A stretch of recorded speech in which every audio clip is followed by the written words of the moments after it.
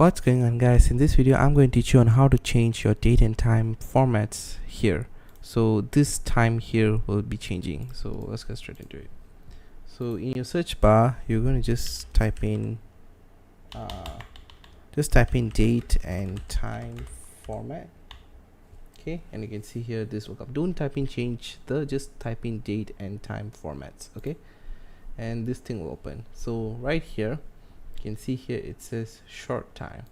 Okay, so if we go to the bottom one, that changes it to 24 hours. Okay, if you pick the first one, it's just the normal 12-hour system.